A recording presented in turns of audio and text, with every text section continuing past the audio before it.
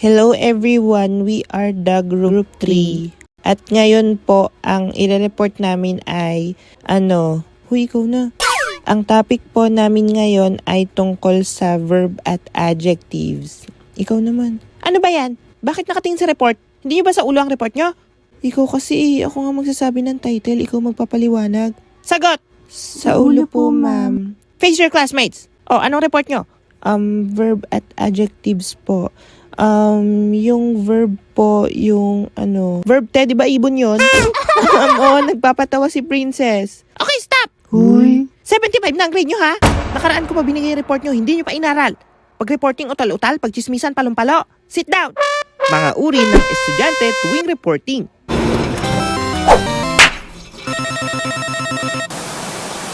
Sa pag-aaral, may tinatawag tayo na two-way learning process. Ito yung hindi lang guro ang nagtuturo, kundi pati na rin ng mga estudyante. Dito ay nagbabahagi ka ng iyong nalalaman sa isang topic para malaman ng buong klase.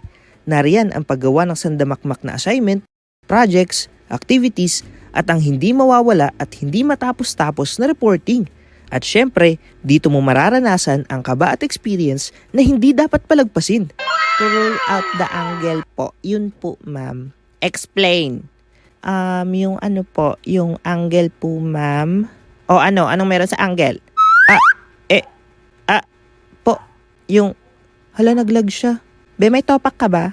Kala niya yata nasa online class siya. Hindi ka ganap na estudyante kung hindi mo pa nararanasan ang mag-report at magpaliwanag sa harap. Pero syempre, hindi rin mawawala ang makwela at nakakatawang ganap ng mga estudyante tuwing reporting. At yan ang pag-uusapan natin sa video na to. Una, dabasa. Ito yung mga estudyanteng ginawang pabasa ang report niya. Yung tipong may nakasulat na nga sa board, babasahin niya pa ulit. Siyempre, hindi niya rin yan ipapaliwanag pagkatapos, na para bang wala tayong mata para hindi makita ang binabasa niya.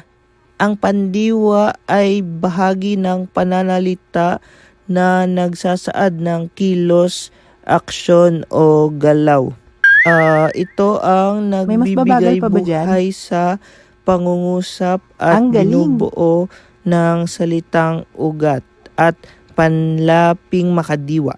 Binabasa mo lang naman eh. Through the rain. Oo nga, ipaliwanag mo. May mata naman kami para mabasa yung report mo. Explain mo para maintindihan namin.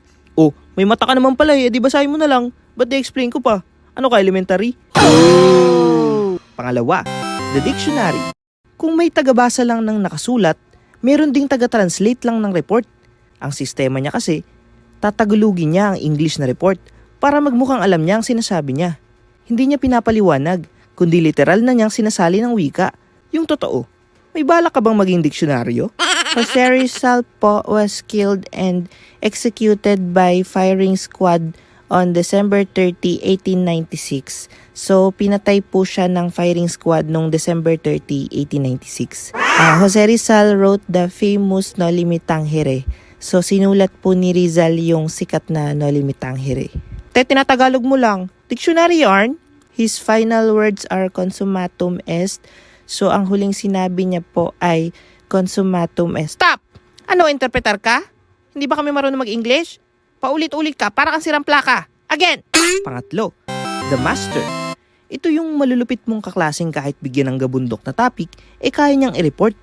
Talaga kasing pinaghahandaan nila ang report nila at kakabahan ka na lang sa pressure kapag ikaw ang susunod sa kanila. Minsan sila yung top student sa klase dahil magaling sila sa iba't ibang aspeto. Pero maghanda ka dahil dudugo ang utak mo sa quiz na ibibigay nila. Good afternoon, especially to our classmates, advisors, who attend this actual conversation. Ladies and gentlemen, this is Group 1 reporting. Wow! TOA na. Di naman tayo na-inform, nasa talk show pala tayo. Pang-apat, the matapang. Ito naman yung nangaaway ng kaklase tuwing reporting. Ayaw niya kasi magpatalo, kaya huwag kang magtatanong at baka mabara ka niya. Ito rin minsan yung troublemaker na pinagre-report sa harap At wala siyang pakialam kahit pagalitan pa siya. So, ganun po yung nangyari. That's our report po. Thank you all po. Explain daw, di mo naman in-explain te. Oo nga, ano yun? Ganun na lang. Paano nangyari? Paliwanag mo. Ikaw dito Kala mo dali-dali mag-report? May utak ka naman, intindihin mo na lang anong sinasabi ko. Graduate ka na high school, di ka marunong makinig? Pal, Wala ka pala eh. Panglima, the judge. Tungkol naman ito sa mga ibang reporters na nakikipagtalo sa topic. Ito kasi yung tanong ng tanong at tinitingnan kung kaya mo bang sagutin ang tanong nila.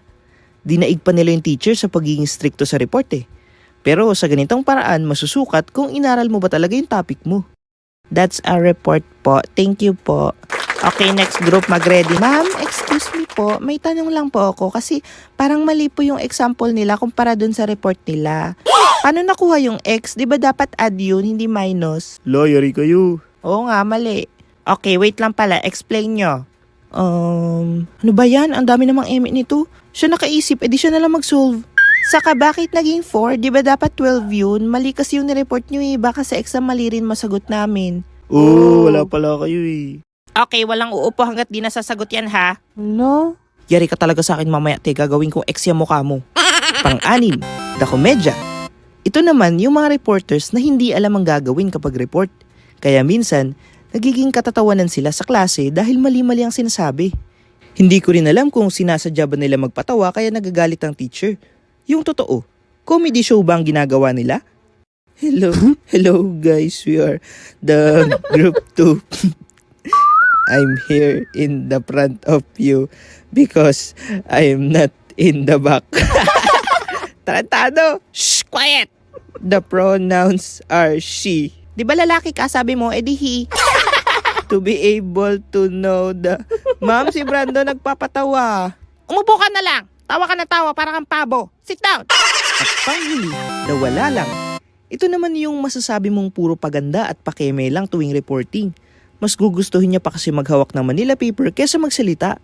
Hindi nila inaral yung report. Kaya kapag tinanong, hindi rin makasagot. Hihintayin na lang nilang matapos, magalit si ma'am, at wala na ulit silang pakialam. So yun po ang report namin. Hoy princess, magsalita ka. O nga, ano yan, design ka lang dyan? Di sana dinikit ka na lang din sa board. Oo nga, magsalita ka. Ma'am, si princess din nagpaliwanag. Okay princess, ipaliwanag mo ang report. Ma'am, anong connection yan sa buhay natin?